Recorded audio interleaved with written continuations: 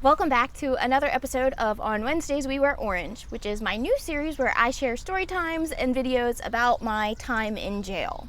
If you're a new subscriber, what's up? My name's Megan. Make sure you click that subscribe button before you leave because I post videos every Wednesday with the occasional Sunday thrown in there.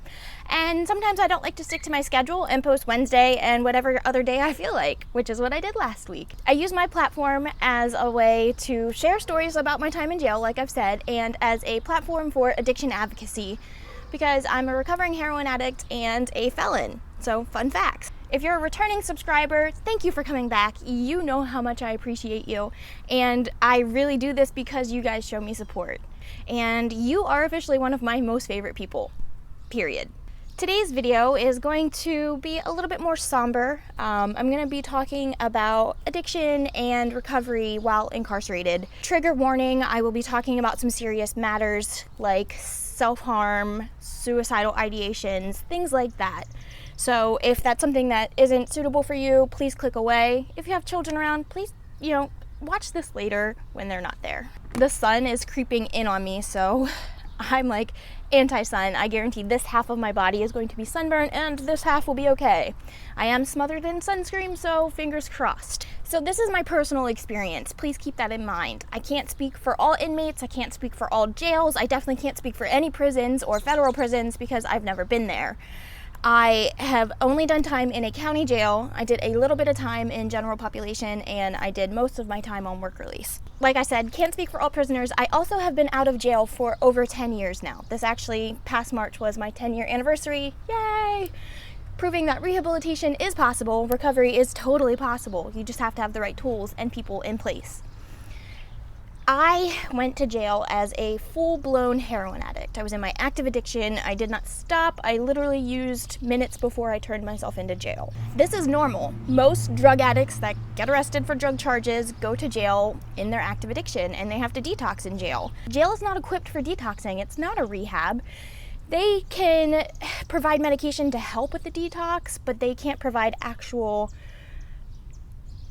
treatment. Like, there's no methadone, there's no Suboxone unless you're pregnant, but otherwise you are going to be getting some comfort meds, and by comfort meds I mean Vistarol, which is a high dose antihistamine, and you might get something like Imodium for your stomach, and that's about it, which is what I was given. I was taken down and put into isolation for my detox, which lasted about a week. Jails will provide medications in certain situations for other types of detoxes, like for alcohol or benzos. Those detoxes come with a high risk of death, so the jail has to provide the medication. Opioid detox? No. Coke? Who cares? Meth? They provide medicine for that? I'd be surprised. They just don't do it. They're a jail. They're not a rehab. And it's always been that way. We've just had a huge influx of drug charges and drug offenders and drug addicts in jail. If you're on the streets, comfort meds for opioid detox could be anything from Xanax to sleeping medication, anything like that. Not to say that Vistarol didn't help, because it definitely did. That stuff knocked me out. Sorry for the noises, that comes with filming outside. So Vistarol, like I said, it's a high-dose antihistamine, and it was pretty much given to knock me out, but they say it helps with sleep and anxiety, and it did. It definitely made it more tolerable. I don't really remember much of it at this point. I do remember being very, very, very sick to my stomach and unable to eat, and there was no water, and I definitely wasn't drinking water out of that toilet sink thing they had in the cell. It just was not happening. When the nurse came around for med call, I would get a cup of water, and that was pretty much what I drank 3 times a day, a cup of water. As far as mental health treatment, there is zero treatment. They don't help you. It's not a rehab. I will say that a million times. They have a clinical psychologist there, but their job is essentially to make sure that, 1, you're not going to kill yourself, and 2, you don't have a serious mental illness like schizophrenia or bipolar disorder. Those types of things need to be treated with medication, and they will, but that's not what most people need, though. I had an opioid addiction. I struggle with depression. I have other diagnoses that I got after I was out of jail or started treating after jail, but in jail, they're not going to treat most things like that. I had to learn how to deal with my emotions on my own, and I didn't do a very good job at that at first. I thankfully did not call my dealer and get drugs. Keep in mind, I worked in my hometown. I very easily could have gone back to my dealer and said, yo bro, meet me up here at this job, and gotten high. And I didn't self-medicate with drugs and alcohol, but I self-medicated with a lot of other things. I self-medicated with caffeine. I self-medicated with cigarettes. I chain smoked so bad. I self-medicated with sugary foods. I got to stop at a gas station every day, so I would buy so much candy and junk and caffeine, it was unreal. I self-medicated with boys. I self-medicated with a jail girlfriend. I self-medicated, most importantly and worst of all, with self-harm. And that's kind of the touching point I want to get on. My depression got to be so bad, and I didn't know how to cope. And I went through this period of just feeling so numb. I couldn't just call out of work. I couldn't stop. I had to wake up every day. I had to get up every day for count.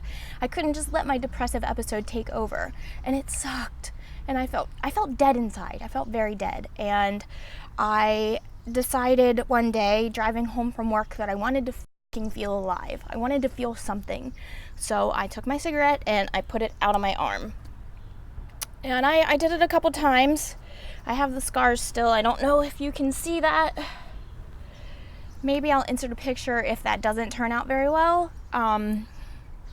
It was bad. I've always played that game chicken, where you put your arms together with your friend and you drop a lit cigarette to see who can hold it the longest. So cigarette burns are not something that was completely unfamiliar to me. I don't know, it's freaking gross. It's gross that I put a cigarette out on my arm. It's gross that I put such deep burns into my skin, but I felt so good doing it, and that's the worst part. And because it gave me that adrenaline rush, and because I finally felt like I was alive again, I kept doing it.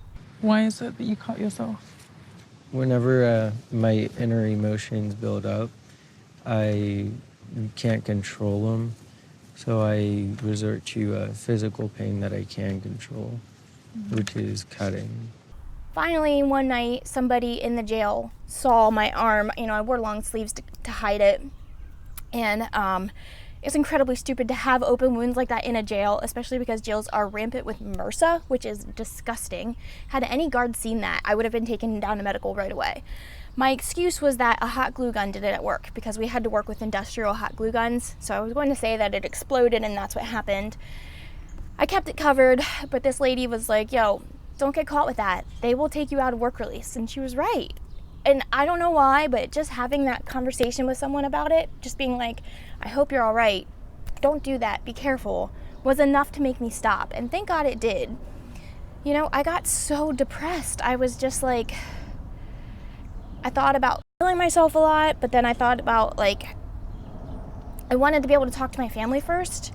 And being on work release allowed me the joy and privilege of having a cell phone. Thank God my county allowed that, because I could get out of the jail and text my sister and text my mom. And honestly, my time in jail was not that bad. So I feel bad and guilty talking about this and complaining about how depressed I was and how sad I was, when really I had a cakewalk for jail time.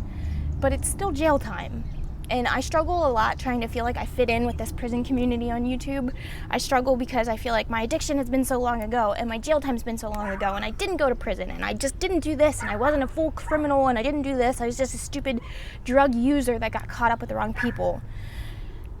But I need to stop invalidating myself, because my time in jail was real. My time in recovery is real. My time using drugs was real. I didn't get help or treatment until after I got out of jail. But while I was in jail, I had a pastor come visit me weekly. He drove over an hour and a half one way to come see me. He was my mom's pastor. I had never met him prior to going to jail. And his name's Pastor Mike, and he's the most amazing person in the world. I'm not a religious person.